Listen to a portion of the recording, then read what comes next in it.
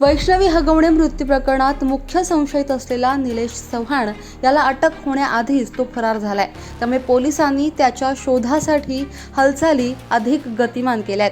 त्याला देशाबाहेर पलायन करण्यापासून रोखण्यासाठी लुकआउट नोटीस जारी करण्यात आली आहे। पिंपरी चिंचवड पोलिसांनी निलेश चव्हाणच्या शोधासाठी विशेष 8 पथकांची स्थापना केली आहे। या पथकांनी विविध ठिकाणी तपास सुरू केलाय, ज्यामध्ये पुणे, मुंबई, कोकण तसंच कर्नाटक, गोवा या भागांचा समावेश आहे। त्याचबरोबर त्याचे मित्र, नातेवाईक आणि संपर्क असलेल्या व्यक्तींकडेही चौकशी सुरू झाली आहे।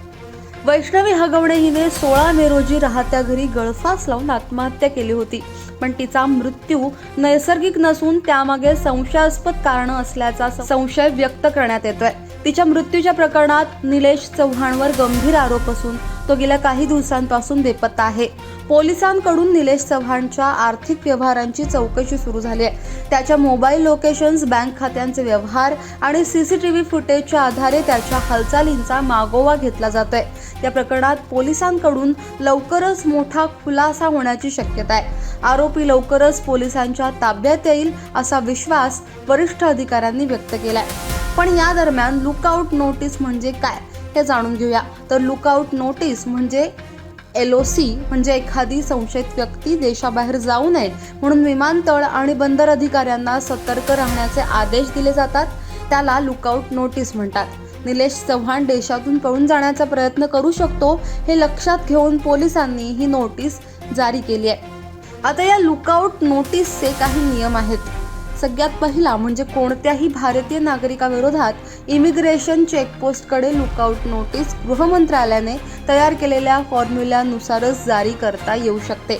दुसरा, लुकआउट नोटीस ज्या व्यक्तीविरोधात जारी करण्यात आली आहे त्याच्याविषयीची माहिती एका विशिष्ट स्वरूपात देणं आवश्यक असतं। तसंच त्या व्यक्तीच्या नावाव्यतिरिक्त त्याची ओळख पटवता येईल अशा 3 गोष्टींची माहिती देणं आवश्यक असतं। तिसरं, लुकआउट नोटीस 1 वर्षाच्या कालावधीसाठी वैध असते। जर लुकआउट नोटीसचा कालावधी वाढवायचा असेल तर संबंधित यंत्रणेला 1 वर्षाचा कालावधी पूर्ण होण्याआधी मुदत वाढवून घेता येते। वर्ष 2011 मधल्या नियमानुसार जर 1 वर्षाच्या कालावधीत त्याची मुदत वाढवली नाही तर संबंधित इमिग्रेशन ऑफिसर लुकआउट नोटीस रद्द करू शकतो। चौथा आणि शेवटचा मुद्दा, ज्या प्रकरणांमध्ये लुकआउट नोटीस कोर्टाकडून किंवा इंटरपोलकडून जारी केली जाते त्या प्रकरणांमध्ये नोटीसचा 1 वर्षाचा कालावधी रद्द करता येत नाही। कधी कधी हे सगळे नियम डावलूनही लुकआउट नोटीस काढली जाते, अर्थात त्यासाठी ते प्रकरण तसं असावं लागतं। दहशतवाद, विवादास्पद प्रकरणं, देशविरोधी कारवाया इत्यादी प्रकरणांमध्येच असं केलं जाऊ शकतं। अशा व्यक्ती मानवाधिकार आयोग किंवा उच्च न्यायालयाकडे दाद मागू शकतात, तसंच नुकसान भरपाईची मागणी करू शकतात।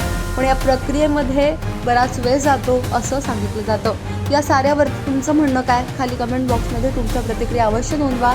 आत्तापर्यंत लोकमत सबस्क्राईब केलं नसेल, फॉलो केलं नसेल तर लगेच सबस्क्राईब करा, फॉलो करा आणि पाहत रहा लोकमत। धन्यवाद।